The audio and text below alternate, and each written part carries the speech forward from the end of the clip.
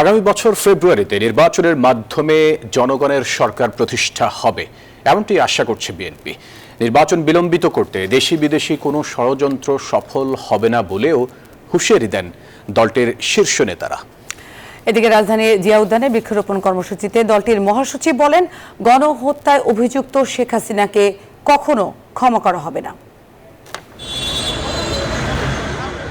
জিয়া পরিবারের বিরুদ্ধে ক্রমাগত ষড়যন্ত্র ও অপপ্রচারের প্রতিবাদে জাতীয় প্রেসক্লাবের সামনে আয়োজন করা হয় নাগরিক সমাবেশ। যোগ দেন বিএনপির ভাইস চেয়ারম্যান শামসুজ্জামান দুদু। এ সময় তিনি বলেন, প্রধান উপদেষ্টার প্রতিশ্রুত সময়ে জাতীয় নির্বাচন হবে। আমাদের নেতা জনাব তারেক রহমান তার সঙ্গে যখন বৈঠক করেছে তখনই কি বাংলাদেশে স্থিতিশীলতা ফিরে এসছে, আশার পরিস্থিতি সৃষ্টি হয়েছে। এটাই হচ্ছে সত্য কথা। এই আশা এবং স্থিতিশীলতাকে কোনো মহল, কোনো রাজনৈতিক দল, কোনো ব্যক্তি হীনমন্যতার পরিচয় দিচ্ছে। বান্ডেল থাকলে প্রতি সেনমানিতে টাকা বাঁচবে। বিকাশ সেনমানি বান্ডেল কিনে জিতুন প্রতি লেনদেনে। এদিকে সম্মিলিত পেশাজীবী পরিষদের সমাবেশস্থল পরিদর্শনে এসে দলটির স্থায়ী কমিটির সদস্য ডাক্তার AJM জাহিদ হোসেন বলেন, মাঠের চিত্র ভিন্ন হলেও ফেসিবাদ বিরোধী ঐক্য অটুট রয়েছে।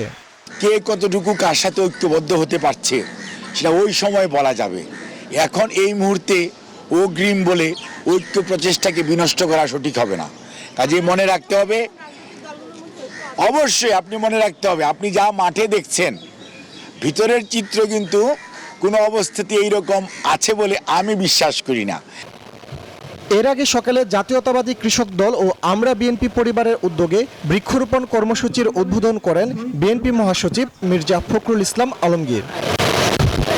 সে সময় জুলাই আন্দোলন পরবর্তী সময়ে দেশের রাজনীতিতে যে সংকট সামনে এসেছে তাতে হতাশ হওয়ার কিছু নেই বলেও আশ্বস্ত করেন বিএনপি মহাসচিব। হাসিনাকে কোনোদিন ক্ষমা করা যাবে না।